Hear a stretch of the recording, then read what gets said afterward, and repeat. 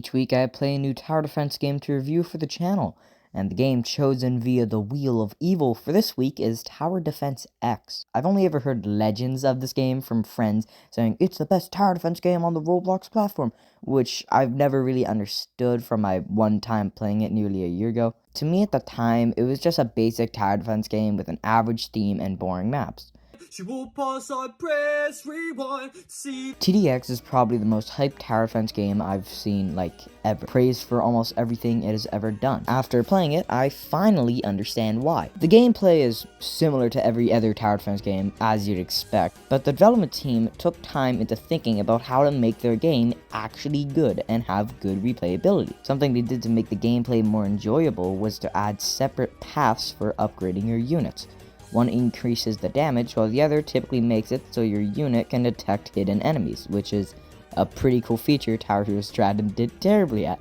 I mention this because it's an interesting approach to the gameplay, making it so you have to have towers of both kinds, as well as the towers changing drastically depending on what you choose, and I think it's pretty neat. With towers like that, the bosses manage to be even cooler. Almost every boss I've played against, and I believe most of the ones in the game, have an ability to attack the units back. I am a sucker for when bosses and enemies in tower defense games fight your units and such, so honestly, having most of the ones in this game do that is honestly really cool. It makes the gameplay more hands-on during a boss wave, because, unlike in other tower defense games, you just sit back and, oh look, they're doing it. Now sure, since most bosses have the ability to kill units, it makes it less unique, but it makes the game in whole a lot more enjoyable.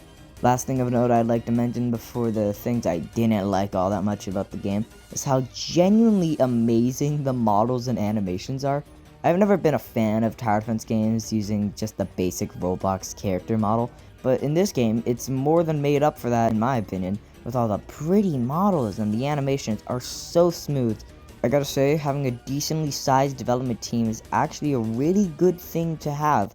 Alright, this is the part where I become Professor Negative, but not really at all. I've never been a fan of tower defense games that have super big maps. To me, it just eliminates the difficulty.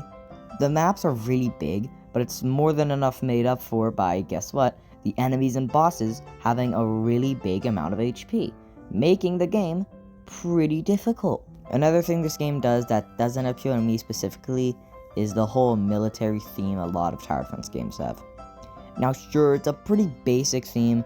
I've always liked more diversity when it comes to the theming in a tower defense game, I don't know, a cowboy and a raccoon or whatever. But the theme doesn't really get in the way of the actual game, so it's alright. The models are just amazing though, so. The last slight issue I have is just how the placement system is just a tiny bit off. I don't know why, it just feels a little weird, but The long and short of it is that I really enjoyed playing Tower Defense X. It's a game that's had years put into it and has many years left. Sadly, however, you'll probably never see me talk about it or play the game ever again in the future just because, well, it didn't necessarily hook me much, but I do appreciate the game itself. Also, there's power-ups, but I never really mentioned. Let's spin the Wheel of Evil! No more Mr. Nice Guy!